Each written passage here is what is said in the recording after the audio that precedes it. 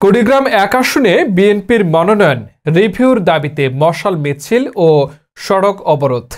Reporter জীবন দেওয়ান উজ্জ্বল এর পাঠানো তথ্যচিত্রে দেখুন বিস্তারিত। কুড়িগ্রাম এক আসনে ডাক্তার ইউনূসের সমর্থকদের উদ্যোগে বিএনপির মনোনয়ন রিভিউর দাবিতে মশাল মিছিল ও সড়ক অবরোধ কর্মসূচি অনুষ্ঠিত হয়েছে।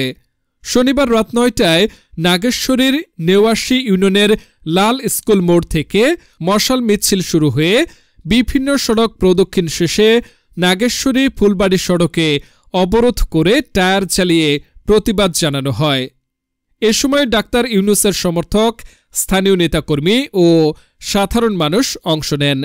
মিছিল শেষে বক্তব্য রাখেন আইয়ুব আলী অর্ণব, ওসমান গনি, আশরাফুল আলম, মিজানুর রহমান বেলাল, নাজমুল হক সহ বিএনপি ও অঙ্গ সংগঠনের নেতৃবৃন্দ।